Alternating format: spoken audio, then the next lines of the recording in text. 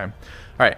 I think I'm done with my first playthrough of Baldur's Gate 3 until they release the second patch, patch 2, which is going to hopefully do a lot with the lacklusterness of Act 3 for me. So if we're going to play again, and I would like to play again, I have some rough goals, and I'll try to give them out in roughly the order that I want to do them in.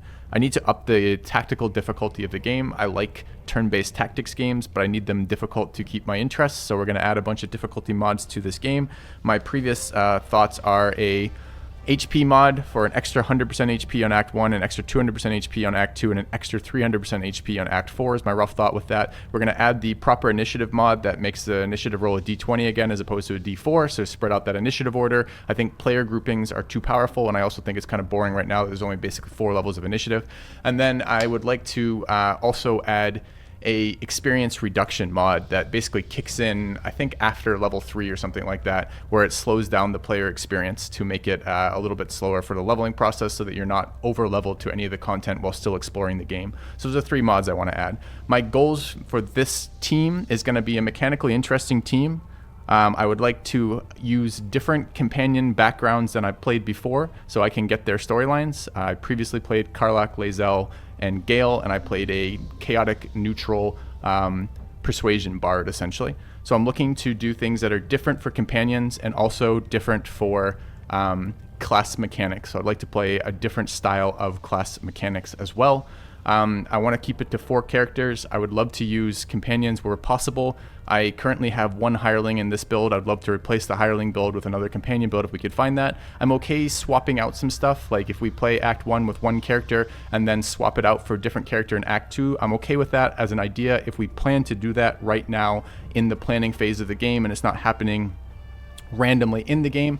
I'm not really okay with respecking for power spikes. So I don't want to respec a character at level 3 or level 5. You know, like maybe you build one way and then you want to get Ranger 5 at level 5, but you wanted a multi-class before 5. I don't want to do that. I find that a little gamey for my characters. I also would like to, if possible, play for a short rest style of gameplay, since I tend to only long rest when I am forced to, which is basically when you're out of short rest, forced to long rest, that kind of thing. So at the moment, this is what I have come up with. What I've come up right now is a Ranger 5, Rogue 4, Fighter 3 Initiator off a Halfling. You can see the skills on the screen here, why I'm looking for that. This is my least favorite character at the moment, not because of mechanically what's interesting, but because I'm forced to bring a hireling as opposed to one of the background characters. I'm looking for Shadowheart to play essentially a buff sorcerer, mostly for the fact that you can cast 2 haste with meta magic, which seems really, really powerful to me, as well as having a fairly decent list of spells to work from, so you can do the spell components. Spells are going to be weaker with these mods. In particular, damage spells are going to be really weak, because as soon as we up creatures' health by something, like if we go to Act 3 and it's 4 times the total hit points of what they're in the base game, well, damage spells are really, really weak, right? So damage spells are going to start weaker and get progressively weaker the further through we play. So things like crowd control and things like buffs are going to become more powerful as a caster option than normal damage spells would be.